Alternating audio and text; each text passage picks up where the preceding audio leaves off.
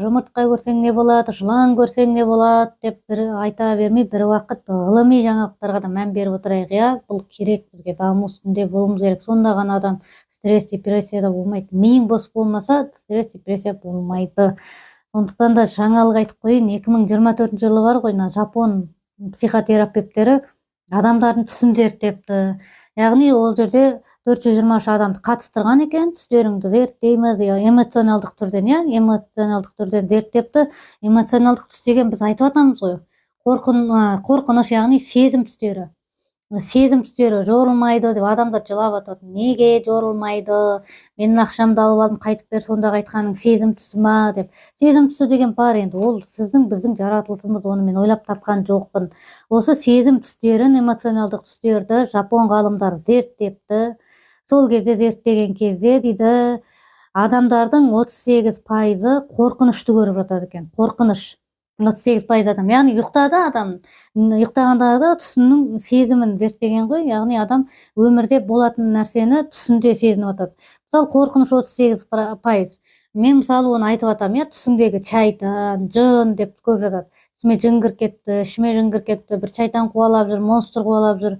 Оның бәрі қорқыныш түстері. Сіз яғни өмірде бір қорқынышыңыз бар деген сөз. Мен оны жиі айтам. Міне сіздерге дәлел. Жапон ғалымдар зерттеп жатыр. Қорқыныш сезініп адам ұйықтаған. Өйткені ол мидың персонажы. Сіз өмірде қарыз болып қалудан қорқасыз, ажырасып кетуден қорқасыз, туа алмай қалудан қорқасыз, болашақтан қорқасыз, өткеннен қорқасыз. Осының бәрі түсіңізде жын, шайтан болып кіреді. Яғни ішіңізге жын кіріп кетсе, бұл жын деген сөз емес. Ол міне осы қорқынышты сезініп ұйықтағаны. Демек өмірде қорқынышты кетіру керек. Ал одан кейін 15% адамдар түсінде ұйықтағанда ашу дейді, ашу, ыза, ашулану. Бұны біз қалау түстері деп жиі айтамыз. Қалау түстері жорылмайды деп. Әрдайым айтамыз, мен WhatsApp-ымда да тұр, бала көтере алмай жүрген келіншек, аяғы ауыр әйел, бала көрсе жорылмайды. Ашу, қалау түстері бұл. Яғни Құдай бермегенде өзің алғың келіп жатыр, ашулану. Осы. Одан кейін дейді 14% адамдар дейді, жаңағы нені көреді екен, жиіркеніш. Жиіркеніш деген не?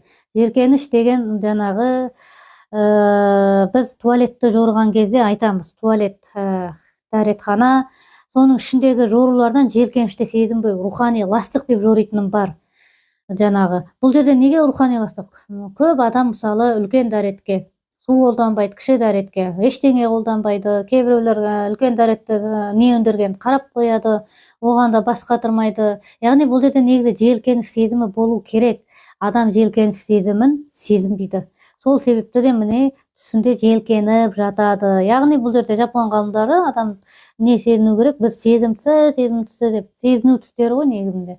Айту жүрген нәрсені осылай зерттеген екен. Адам жиіркенеді түсінде, адам ашуланады түсінде, адам жаңағы қорқады. Оның бәрі неден? Әлбетте оның бәрі сыртқы, сіздің ояу жүргендеріңіздегі халдерден.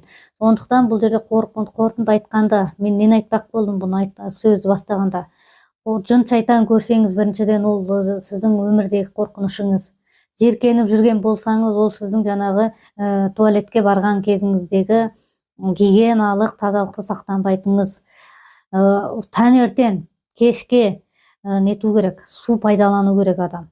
Негізінде әйел баласына жиі деп ұстаздарымыз айтатын, бірақ таңертең, кешке бұл жаңағы сейт басқа болмас үшін.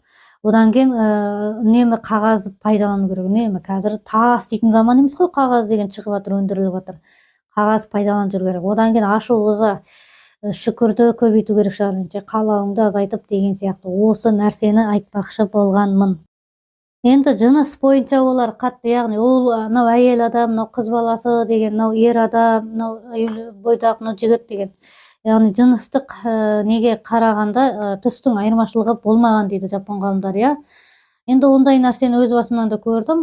Негізі түс көрген кезде адам ондай әйел, еркек деген сияқты түстері қатты жорылмайды. Яғни мен еркек болғаныма өкінем, немесе әйел болып туылғанда, немесе керісінше мен еркек болғанда деген сияқты, немесе мені әйел көргеннен кейін жаңағы мен байқұспын деген сияқты түстерді адам өте аз көреді. Бұл шүкір ететін жағдай, қазіргі біздің қоғамда. Ондай көрмей-ақ та қойсын енді.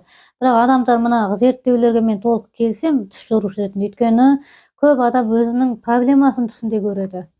Жаңа мен жорып атқан кезде, біздің түс жоруымыз жаңағы көп айтамыз ғой. іс-әрекетіңе, эми кылатын ниетиңе, болуп койгон кателигиңе жорулады, болашакка жорулмайт деп. Сондуктан көп адам мен түшүнүп жүрген өзүнүн жанагы баласыздыгын көрөдү, ана гашыгына жете албай жүргенин көрөдү, өзүнүн жанагы каржылык начар экенин көрөдү. Міне осунун баарын Жапон гаалымдары зерттеп тастаган экен. Кыскача айтканда, бул жоортуп аткан биздин осы 8 жылдан бери жоруп келаткан нерселерimiz ойдан табылган нерсе эмес, бул гылымый далелденген нерсе экен. Биз алдагы убакта да ушундай талай нелер салып отурам гылымый. Арнага жазылып коюңуздар, түстериңиз болсо WhatsAppка жазып отуруңуздар.